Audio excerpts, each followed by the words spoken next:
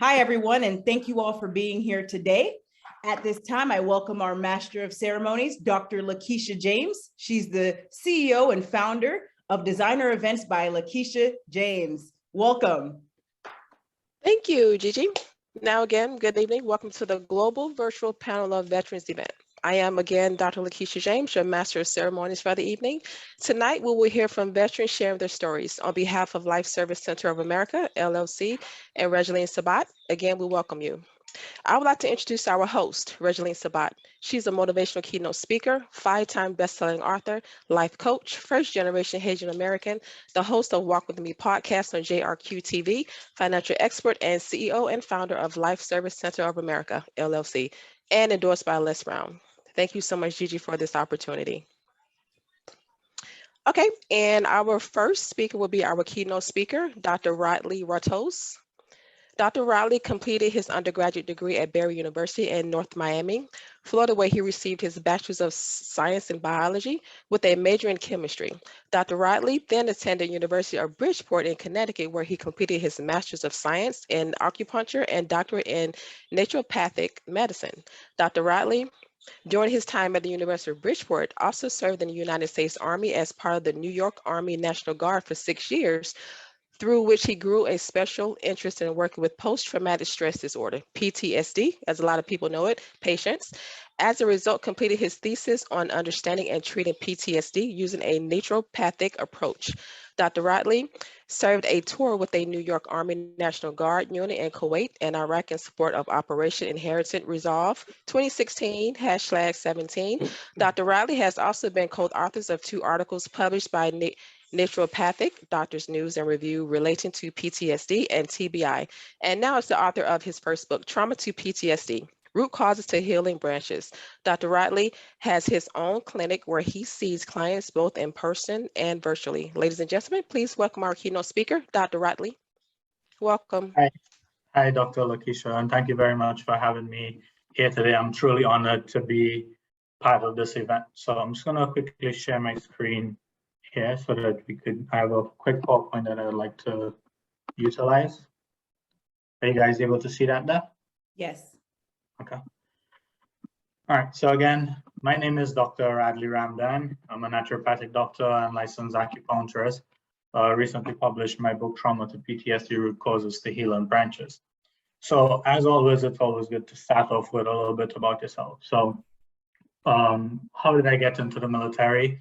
It was a childhood dream. Both myself and my younger brother, ever since we were kids, we've always had a draw towards the military. During my time at Barry University, I've had a recruiter met with me and talked to me about joining. And I kept putting it off until I finally decided one day it's time. And I told myself that I would rather do something and regret doing it than not doing it, and later on in life regret actually doing it. So again, I'm honored to be a veteran. I'm very grateful for the opportunity to serve, and I definitely don't regret every opportunity that I've had to serve my country. So again, today's topic is trauma to PTSD. This is what I'm going to be talking about, and then root causes to healing branches. So here I have a picture that shows 3 signs: past, present, or past, now, and the future. When I talk about trauma and PTSD, I like to think of there's a connection between the past and the future, and even our present situation. When it comes to stress, if you think of stress as a boiling pot, using the analogy of a boiling pot, our self is the boiling pot. Inside the pot is our emotions, our actions, and stuff like that. On top of the pot, we have what is called our past traumas and our past activities, be it from transgenerational trauma, ancestral trauma, even our own individual trauma and stresses that we've been through. So think of the cover as everything from the past. The present now is the fire under the pot. As we all know, every day we go through life, there's some type of stressor, some type of activity that puts us on our toes, gives us that extra nudge. Sometimes we enjoy it, sometimes we don't, right? So think of now our everyday stressor constantly adding that fire to the bottom of our pot.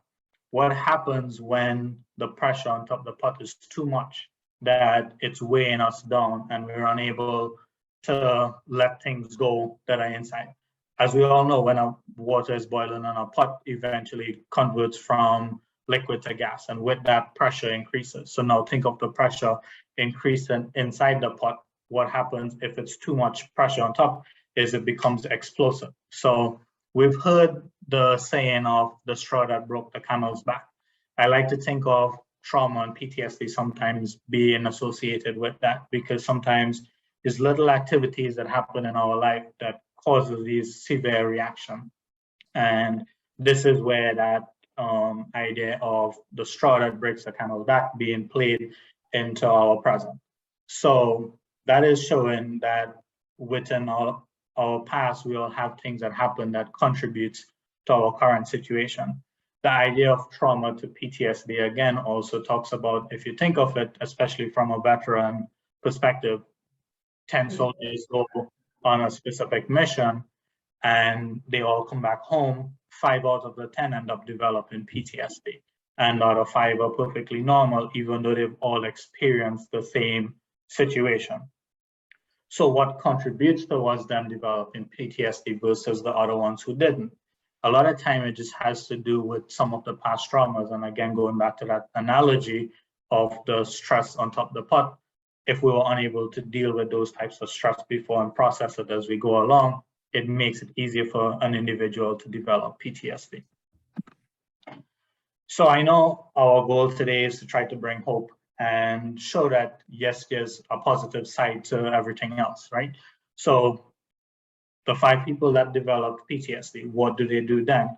We understand that there are root causes that could contribute to us developing PTSD. So what do we do next? What are our healing branches? There's actually a lot of different things that we could utilize. The Veteran Association, the Veteran Hospital, these are all simple things that we have access to. But beyond that, we are always taught that talk therapy is one of the first options that we go towards. And what I do with patients, and I've done for myself as well, is that I've used writing as a big part of the healing process for me. With that being said, the idea of utilizing something else besides talking is that a lot of times we come back home and we don't necessarily feel like we could relate to civilians. And sometimes we meet with a civilian therapist, so it's difficult for us to open up our own personal story.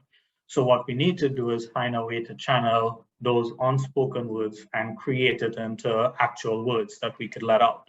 And by doing that, we utilize creative means. So you could use art therapy, you could use writing, you could use drawing, you could use music, you could use exercise, whatever it is. So once you find a way to allow you to express those things in a creative way is what is important. So a lot of times people find it difficult to move on with PTSD because they struggle in finding the right person or the right approach that allows them to overcome their situation. Again, they go back to that reflection and saying, look, I can't connect to this person. I don't know. I don't feel ready. I'm not comfortable. I don't identify my trauma. I don't see what I've been through as being traumatic, or we start comparing it to other people's trauma because we find it difficult to, 1, accept it for ourselves, but 2, find that right approach to channel it. So my message here today is, even though it do take time sometimes for us to find that healing branches, it's important to keep trying until we do get to that point, right?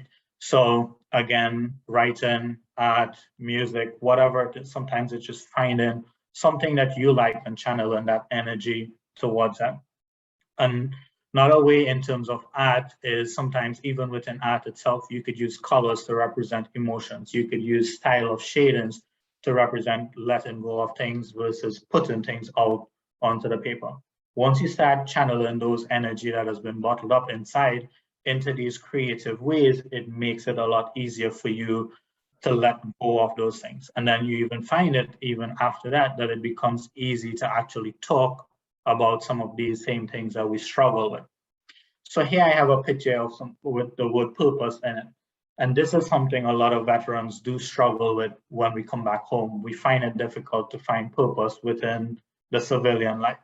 So it's always important for everyone that's listening here, be it a veteran or be it members of a veteran family, helping a veteran find their purpose sometimes could help them with a lot of the struggles that they're going through. So just thinking of the purpose that you have as an individual in your life, as a veteran, as an active duty military, once you find that purpose, it gives you a segue or a line in towards finding that hope that we want to so find here. So next I want to share a little topic here with you guys that I've actually done with my own writing. So I'm just going to escape here. Right. So the name of the poem that I wrote, this is something that I wrote when I came back home, and I utilized, like I said, I utilized writing as a means of creating a pathway of channeling that energy back into something creative and more positive. So this is entitled Which Way to Go, right? So where there's hope, sometimes there's none. Where there's light, a shadow of darkness may follow. We see what we want in a room, a ray of hope among the darkness. Or is it darkness overcoming our hope? It's a snapshot in time, a picture to paint 1,000 words. No idea of what is behind, no clue of what lies ahead. Are we moving forward? Or have we been reflecting? It's a picture of a moment. We are free, or are we really? We choose a path to travel, a view to hold. Are we in the direction of hope, or did we turn away? No, it's a frozen moment. We have to accept the darkness on one side, the light on the other. Who are we, and where do we stand? Amongst the many, in the moment, now which way do we go? So again, this just shows that utilizing writing is one form of helping me get things out that I've struggled with. And the way I utilize writing with patients is try to make it as free as possible and allow the individual to make it as personal as possible. There's no need to have necessary structure behind it, because sometimes with the structure, it restricts us. So connecting to something that you like, something that you enjoy doing, and utilizing that as a means of creating hope, as a means of creating that energy and allowing ourselves to let go of our trauma and our struggles is always important. So thank you again. And I do hope everyone enjoyed the remainder of this event. Here are some of my contact information: Facebook and Instagram. I use Universal Tree Health Clinic. On YouTube, it's Dr. Radley Ramdhan. And my book's website is www.traumatoptsd.com. So once again, I thank everyone for being here. I thank everyone that has been part of this event, hosting this event. So I'm really grateful to be in part of this event, and I'm looking forward to the success and hearing everybody's story. Thank you. Thank you, Dr. Radley. Thank you, Dr. Radley. Thank you so much for sharing your story.